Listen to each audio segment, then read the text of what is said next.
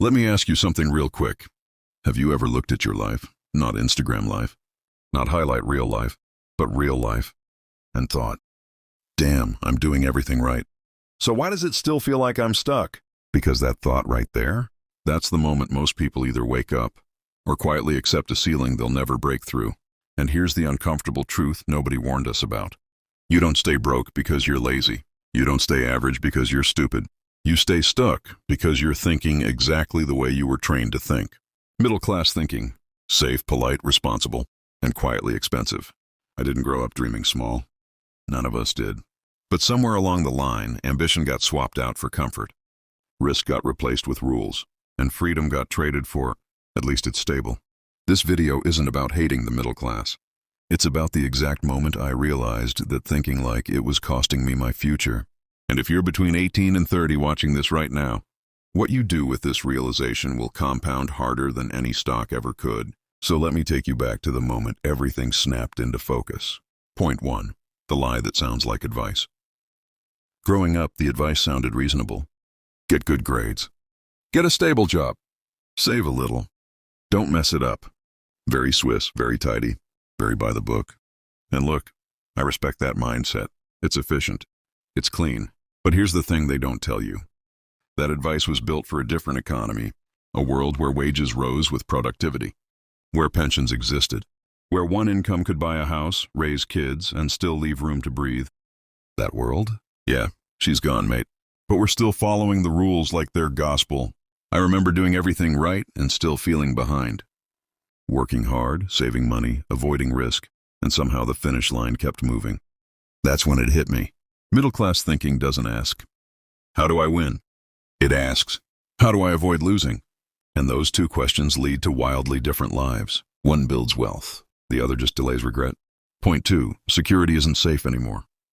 Here's the part that freaks people out, and honestly it should. The middle class is obsessed with security. Stable job, predictable paycheck, nice little routine. Sounds comforting, right?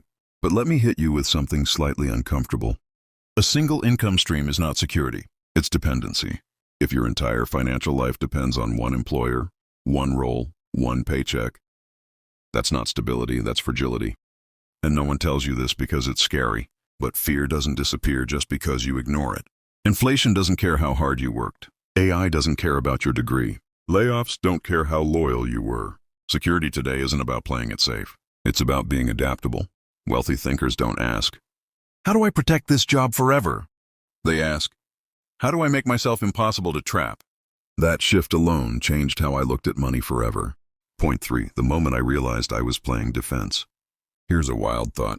Middle-class thinking plays defense its entire life. Save just in case. Don't risk too much. Hope nothing goes wrong. Wealthy thinking plays offense. Build assets. Create leverage. Make money work while you sleep. Yeah, sounds cheesy, but stay with me.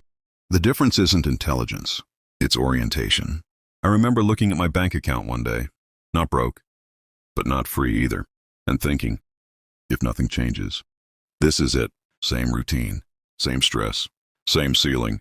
That realization was terrifying. But it was also electric, because fear can paralyze you, or it can wake you up. And that's where Act 2 begins. Point 4, income is not wealth. This one hurt my ego, because middle-class thinking worships income. Higher salary, bigger paycheck, more hours. But income isn't wealth. It's just fuel. Wealth is what you keep, what you own, and what compounds. A high income with no assets is like a fast car with an empty tank. Looks impressive, goes nowhere. Wealthy thinkers obsess over ownership. Stocks, businesses, skills that scale. They don't just ask, how much do I make? They ask, how much of my time is still for sale? That question messed with me, in a good way. Point 5, time is the real currency. Here's where the urgency kicks in. If you're under 30, time is your unfair advantage. And most people are wasting it chasing comfort. Middle-class thinking trades time for money, hour for hour, year for year. Wealthy thinking trades money for time. They're playing a longer game, thinking in decades, not pay periods.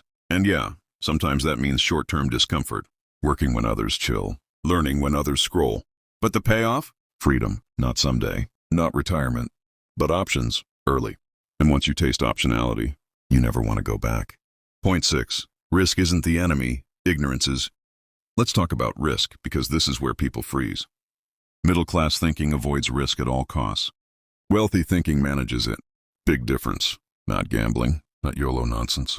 Calculated risk. Learning before leaping. Starting small, failing cheap. The biggest risk isn't losing money. It's never learning how to make it work. And if you're thinking, yeah, but what if I mess it up? Good. That means you're paying attention. Nobody builds wealth without a few scars. That's not failure, that's tuition. Point 7. Consumption is the quiet trap. This one's sneaky. Middle-class thinking loves looking rich. Cars, clothes, lifestyle upgrades. Wealthy thinking delays consumption. Not because they're cheap, but because they're strategic. They buy assets first. Status later, if at all. Every dollar you spend today is a worker you fire from your future.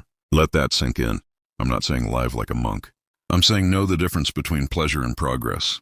One fades, the other compounds. Point 8. Wealth is a skill, not a personality trait. This was freeing. Wealth isn't about luck, or being born somewhere fancy, or knowing the right people. It's a skill set. Skills can be learned. Systems can be built. Mindsets can be rewired. The moment I stopped thinking like the middle class, I stopped asking for permission.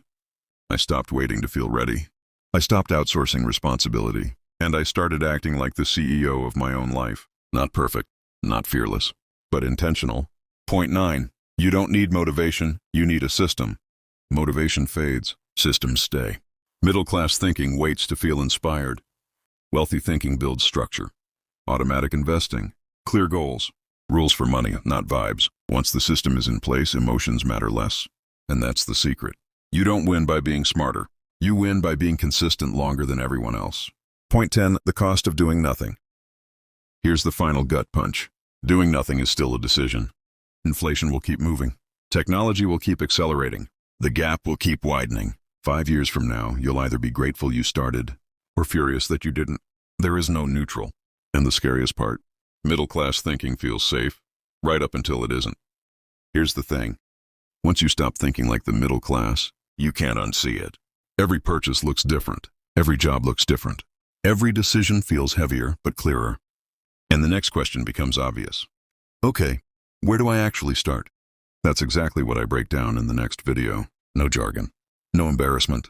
No pretending you already know stuff you don't. Yeah, how to start investing without feeling stupid. It connects everything we talked about today and shows you how to take the first real step without overthinking it. Click it on the end screen. And remember this. Stop trying to be smart with money. Build the system first. The wealth follows.